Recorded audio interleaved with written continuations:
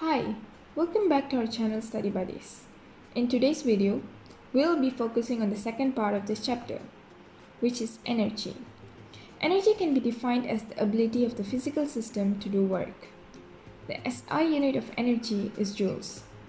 There are many types of energy, but we'll be focusing mainly on two in this chapter, which is kinetic energy and potential energy. Kinetic energy is the energy of motion. So that means it exists only when an object moves.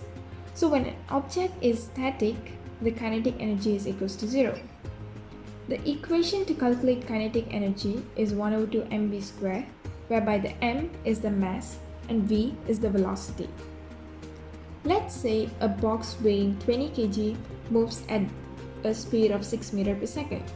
So to find the kinetic energy stored in the box, we can use the formula 1 over 2 mv squared and solve it, and you will get 360 joules. Next is the potential energy. The potential energy of an object depends on the position of an object. The higher the object from the Earth's surface, the more the potential energy. There are two types of potential energy. The first one is the gravitational potential energy. This energy exists because gravity exists. At the maximum height, the gravitational potential energy acting on an object is also maximum. As the object falls down, the gravitational potential energy also decreases, and once the object touches the ground, the gravitational potential energy becomes 0. And work done is also equals to the maximum gravitational potential energy of the object. The formula to calculate gravitational potential energy is equals to mgh, whereby m is the mass, g is the gravitational acceleration, which is 9.81 meters per second square, and h is the height. The second potential energy is elastic potential energy, or also known as spring potential energy. So this type of energy is specific for springs only. Elastic force, or better known as restoring force, occurs when a spring is stretched or compressed. So basically, it is the force that causes the spring to resume back to its original state.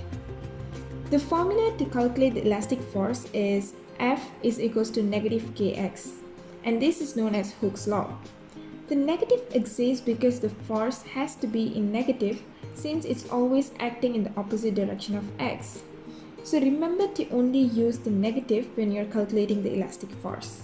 So by applying both work and the Hooke's law concept, we can derive the formula for the elastic potential energy, which is equals to 1 over 2 kx squared, whereby the k is the spring constant. Next, we'll be talking about the conservation of mechanical energy. Energy can be transformed from one form to another. When work is done in each system, there will be a series of changes of energy that will occur. If a system follows the principle of conservation of energy, the system will not lose energy.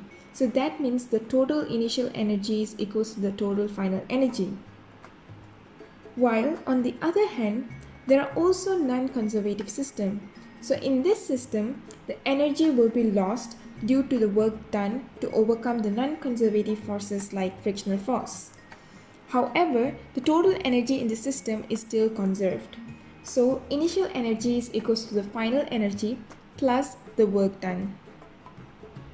And let's try a question for a better understanding. A block weighing 20 kg is pulled up an inclined plane with an angle of 30 degrees. The speed of the block was 2 meters per second. The force applied is parallel to the incline, which is 200 Newton. And the coefficient of the kinetic friction of the plane is 0.5, and the block was pulled 7 meters. So the question is, find the total work done by the block. So first, let's draw a diagram to represent the question. So based on the question, a forward force of 200 Newton is acting on the block. And since it's a rough plane, there will be a frictional force acting in the opposite direction on the block. And we also know since gravity exists, gravity will also be acting in the opposite direction on the block. So first, let's start off by calculating the weight of the block, W equals to mg, and you will get 196.2 Newton.